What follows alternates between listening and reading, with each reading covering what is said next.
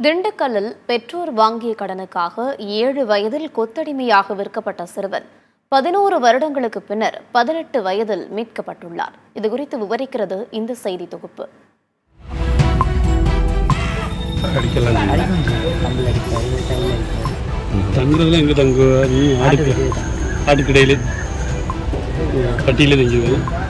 குழந்தைகள் என்றதுமே அனைவரின் நினைவுக்கும் வருவது கள்ளமேதும் அறியாத அவர்களின் வெகுளி பேச்சும் குறும்பும் எதையும் செய்து பார்க்க துணியும் அவர்களின் ஆர்வமும் தான். ஆனால் குடும்ப சூழ்நிலை காரணமாக இவை அனைத்தையும் தொலைத்து விவரமறியாத வயதில் முன்பின் தெரியாத நபர்களுக்கு பல குழந்தைகள் சட்டவிரோதமாக கொத்தடிமைகளாக விற்கப்படுகின்றன.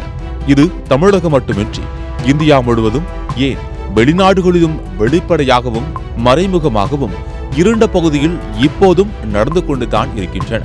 இவ்வாறு சட்டவிரோதமாக விற்கப்படும் குழந்தைகளை தகுதிக்கு மீறிய வேலைகளை செய்ய சொல்லி அவர்களை கொடுமைப்படுத்தி சித்திரவதைக்கும் உள்ளாக்கப்படுகின்றனர். தங்கள் குழந்தை பருவம் முழுவதையும் இழந்து தனிமையில் கண்ணீரோடு தங்கள் வேதனைகளை பகிர்ந்து கொள்ள உறவுகளோ நண்பர்களோ யாரும் இல்லாமல் தவிக்கும் குழந்தைகளின் வேதனை நிறைந்த வாழ்க்கை இந்த உலகம் அடைந்த பிரசவ வேதனை என்றே கூறலாம்.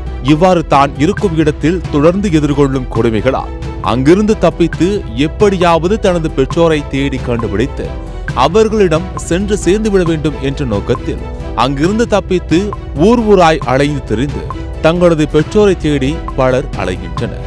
ஆனால் அவ்வாறு மேற்கொள்ளும் தேடுதலில் சிலர் பெற்றோரை கண்டுபிடிப்பதும் பலர் காணாமல் போவதும் தற்போது வரை ஆங்காங்கே வெளியில் தெரிந்தும் தெரியாமலும் நடந்து கொண்டுதான் இருக்கின்றன. அப்படி ஒரு சம்பவம் தான் திண்டுக்கல்லில் அரங்கேறியுள்ளது. தனது 7 வயதில் பெற்றோர் வாங்கிய கடனுக்காக கொத்தடிமையாக விற்கப்பட்ட சிறுவன் 11 வருடங்களுக்கு பின்னர் தனது 18வது வயதில் மீட்கப்பட்டுள்ளார். நிலக்கோட்டை பகுதியைச் சேர்ந்த தன்னார்வலர் அண்ணாதுரை என்பவரின் தொலைபேசிக்கு கடந்த 11ஆம் தேதி அழைப்பு ஒன்று வந்துள்ளது. அதில் எதிர்முனையில் பேசிய இளைஞர் தனக்கு ஆதார் அட்டை எடுப்பதற்கு உதவ வேண்டும் என கேட்டுக் கொண்டுள்ளார். இதனைத் தொடர்ந்து அந்த இளைஞரிடம் விவரங்களை கேட்க ஆரம்பித்துள்ளார் அண்ணாதுரை. அப்போதுதான் அந்த இளைஞரின் அதிர்ச்சியூட்டும் வேதனையான பல சோக உண்மைகள் வெளிவந்தன. அந்த இளைஞர் தனது பெயர் மணிகண்டன் என்றும் தான் ஒருதட்டு கிராமத்தைச் சேர்ந்த திருநாகலிங்கம் என்பவரிடம் 7 வயதில் தனது பெற்றோர் வாங்கிய கடனுக்காக புரோக்கர் முருகன் என்பவர் மூலம் கொண்டு வந்து விடப்பட்டதாகவும் திருநாகலிங்கத்திடம் கடந்த 11 வருடமாக ஆடு மேய்த்து கொண்டிருப்பதாகவும் கூறியுள்ளார்.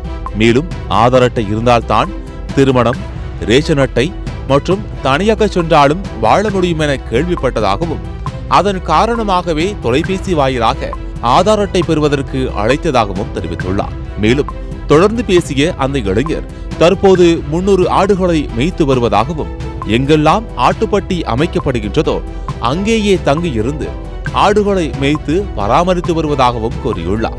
தினமும் காலையில் உரிமையாளர் 3 வேளைக்கான சாப்பாட்டை ஒரே வேளையில் 3 தூக்கு சட்டியில் கொண்டு வந்து கொடுப்பதாகவும் அதனை காலை, மதியம் மற்றும் இரவு என 3 வேளையும் சாப்பிடுவதாகவும் பல நேரங்களில் இரவு நேர உணவு கெட்டுப்போய்விடும் என்பதால் அதனை கொட்டிவிட்டு வெறும் வயிற்றில் ஆட்டுக்கிடையையும் பாதுகாத்து கொண்டு பட்டினியோடு தூங்குவதாகவும் தெரிவித்துள்ளார். தனது பெற்றோர் குறித்து இளைஞர் கேட்டால், உனது பெற்றோர் என்னிடம் வாங்கிய காசிற்கு உன்னை என்னிடம் விட்டுவிட்டு சென்றார்கள் எனவும், தொடர்ந்து பெற்றோர் குறித்து கேள்வி எழுப்பி வந்த நிலையில் கொரோனா காலத்தில் பெற்றோர் இறந்துவிட்டதாகவும் திருநாகலிங்கம் தெரிவித்ததாகவும் கூறியுள்ளார். மேலும் ஏதாவது தவறு செய்தாலோ அல்லது திருநாகலிங்கம் கோபமாக இருந்தாலோ தன்னை அடித்து துன்புறுத்துவதாகவும் வேதனையோடு தெரிவித்துள்ளார் இளைஞர். காலையில் 7 மணிக்கு நான் வேலையை ஆரம்பித்தேன்னப்போ சாயங்காலம் 7 மணி வரைக்கும் ஆடு மேய்ப்பேன். நைட்டெல்லாம் அந்த கிடையை பார்க்குறது என் வேலை. சாப்பாடு 3 தூக்குவாளி கொண்டு வருவார். அந்த 3 தூக்குவாளி காலையில் கொண்டு வந்து கொடுப்பாங்க. அந்த காலையில் கொண்டு வரதை காலையில் ஒரு வேளை, மதியம் ஒரு வேளை, நைட்டு சாப்பிடும்போது கெட்டு போகும். கெட்டு போயிருந்தாலும் வேறு வழியிலேருந்து சாப்பிடுவேன். அப்பப்போ என்னையை கோவம் வந்தால், அவருக்கு கோவம் வந்தால் என்னை அடிப்பார். என்னால் அவர்கிட்ட வேலை பார்க்குறதுக்கு எனக்கு ஆதார் கேட்டால் ஆதார் இருந்தால் தரேன், அந்த தரேன்றாரு. ஆதார் வாங்கினா நீ என் சொத்துல ஏன் ரேஷன் கார்டில் வச்சா நீ நாளைக்கு எங்கள்கிட்ட சொத்தெல்லாம் கேட்படா, அதனால் உனக்கு கொடுக்க முடியாது, நீ வேற நான் வேற மாதிரி சொன்னாங்க.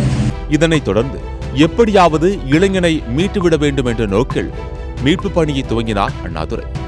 இந்நிலையில் அடுத்த நாள் 12ஆம் தேதி குழந்தை தொழிலாளர் ஒழிப்பு தினத்தை முன்னிட்டு நிலக்கோட்டையில் கோட்டாட்சியரை சந்தித்து மனு அளித்த அவர் இதற்காக பல அதிகாரிகளை தொடர்பு கொண்டு நடவடிக்கை எடுக்க கேட்டுக்கொண்டதன் விளைவாக விசாரணையை தொடங்கினர். முதற்கட்டமாக இளைஞரிடம் விசாரணை மேற்கொள்ள அழைப்பு விடுத்தனர். இந்த நிலையில் விசாரணைக்கு உரிமையாளருடன் வந்த இளைஞர் தான் நன்றாக இருப்பதாகவும் தனது உரிமையாளர் தன்னை நன்றாக பார்த்துக் கொள்வதாக உரிமையாளர் சொல்லிக் கொடுத்தவற்றை அப்படியே அதிகாரிகளிடம் தெரிவித்துள்ளார். இதனால் அதிர்ச்சியடைந்த அண்ணாதுரை மற்றும் அதிகாரிகள் உரிமையாளருடன் இளைஞரை அனுப்பி வைத்துள்ளனர். இதனைத் தொடர்ந்து மீண்டும் அண்ணாதுரையை தொடர்பு கொண்ட அந்த இளைஞர் விசாரணை முடிந்து வீட்டிற்கு சென்ற நிலையில் உரிமையாளர் தனது மொபைல் போனை வாங்கி உடைத்து விட்டதாகவும் விசாரணைக்கு தன்னை மிரட்டியே அழைத்து வந்ததாகவும் நடந்தவற்றை எல்லாம் கூறியுள்ளார். இதனால் அதிர்ச்சியடைந்த அண்ணாதுரை மீண்டும் இளைஞரை விசாரணைக்கு உட்படுத்த கோட்டாட்சியர் மற்றும் மாவட்ட ஆட்சியருக்கு மனு அளித்ததன் அடிப்படையில் கோட்டாட்சியர் சக்திவேல் உத்தரவின் பெயரில் இளைஞர் குறித்து தொழிலாளர் நலத்துறை உதவி ஆணையர், சமூக நலத்துறை, வருவாய்த்துறை மற்றும் காவல்துறை அதிகாரிகள் இணைந்து மறுவிசாரணையை நடத்தினர். மறுவிசாரணையில் தான் இதுநாள் வரை அனுபவித்த கொடுமைகளை ஒன்றுவிடாமல் தெரிவித்தார் இளைஞர். தங்குறதெல்லாம் எங்க தங்குவேன்? ஆட்டுக்கிட்டே. இது வேற எதுவும் இந்த உனக்கு உடம்பு முடியல இதுன்னா டாக்டர்கிட்ட கூட்டிட்டு போவாங்க. ரொம்ப முடியாது படுக்கிற கண்டிஷன் வந்தால் இல்லைன்னா கூட்டிட்டு போவாங்க. இதை அடிக்கலாம் செய்வாங்களா? யார் அடிப்பா? எதுக்காக? இந்த ஏதாச்சும் ஏற்றி பேசினா வந்து அப்புறமா அடிப்பாங்க. எதுக்கு இங்கே கேட்டோம்னா அது கட்டி வருவாங்க. ஏதாச்சும் ஆடு விட்டு சரியாக பார்க்கல, வேலை விட்டு சரியாக செய்யலைன்னா அது அடிப்பாங்க. அவர் மட்டும் அடிப்பாரா வேற யார் அடிப்பார்? அவர் மட்டும். இதனைத் தொடர்ந்து இளைஞரை மீட்ட அதிகாரிகள் அவரை கொத்தடிமையாக வைத்திருந்த உரிமையாளர் திருநாகலிங்கத்தையும் கைது செய்துள்ளனர். போதிய விழிப்புணர்வு அற்ற தன்மையினால இது எடுத்து கையாளக்கூடியதெல்லாம் கொஞ்சம் தாமதமாக ஏற்படுது. இப்போதைக்கு நடைமுறையில் வந்துள்ள அந்த கொத்தடிமை மீட்பு, அதுக்கான மீட்பு மற்றும் அவங்களுக்கு மறுவாழ்வு குறித்த போதிய புரிதலும் இல்லாமல் அது சார்ந்த ஒரு அறிவு இல்லாதனாலும் கொஞ்சம் இது வந்து தாமதப்படுத்தி செயல்படுத்தக்கூடியதாக இருக்குது. எதிர்வருங்காலங்களில் அவங்களுக்கு நிறையா பயிற்சிகள் கொடுத்து கிராம நிர்வாக அலுவலர் மற்றும் காவல்துறை எல்லா துறைக்கும் இதுக்கு இதாக போன்ற பயிற்சிகள் கொடுத்து இது மாதிரி கொத்தடிமை இதில் துரிதமாக செயல்படுத்துவதற்கான ஒரு நிலையை உருவாக்கப்பட வேண்டும் என்று எங்களுடைய நிறுவனத்தின் சார்பாக கேட்டுக்கொள்கிறேன். நன்றி. திண்டுக்கல் மருத்துவக் கல்லூரி மருத்துவமனையில் இளைஞருக்கு மருத்துவ பரிசோதனைகள் மேற்கொள்ளப்பட்டது. இளைஞரிடம் அதிகாரிகள் மேற்கொண்ட விசாரணையில் இளைஞரின் பெற்றோர் விருதுநகர் மாவட்டம் தலைவாய்புரத்தில் உள்ள பிள்ளையார்புரம் பகுதியைச் சேர்ந்த கூலி தொழிலாளி மாரி மகேஸ்வரி என்பது தெரியவந்தது. இவர்கள் கடந்த 15 வருடங்களுக்கு முன்பு நிலக்கோட்டை பகுதியில் குடியிருந்ததாகவும் அங்குள்ள பள்ளியில் தான் 3ஆம் வகுப்பு வரை படித்ததாகவும் குடும்ப வறுமை காரணமாக தன்னை ஒருதட்டு கிராமத்தைச் சேர்ந்த திருநாகலிங்கத்திடம் விட்டுச் சென்றதாகவும் கடந்த 11 ஆண்டுகளுக்கு முன்பு தன்னை விட்டுச் சென்ற பெற்றோர்கள் இதுவரை தன்னை சந்திக்கவில்லை என்றும் கூறியுள்ளார் இளைஞர். தனது வாழ்க்கையில் கிட்டத்தட்ட 11 வருடத்தை தனிமையில் ஆடுகளுடன் கழித்துள்ளார். சாப்பிட நல்ல சாப்பாடு கிடையாது, உடுத்த சரியான உடை கிடையாது, மேலும் அன்பு காட்ட யாரும் கிடையாது என தனிமையில் கழித்த அவருக்கு தற்போது எப்படியாவது தனது பெற்றோரை சந்தித்துவிட வேண்டும் என்கின்ற ஏக்கம் மட்டுமே மிஞ்சி உள்ளது. தனது குழந்தை பருவம் முழுவதையும் கொத்தடிமையாக கழித்துள்ள இளைஞருக்கு அரசு அடுத்த கட்ட நடவடிக்கையாக என்ன செய்ய போகின்றார்கள்?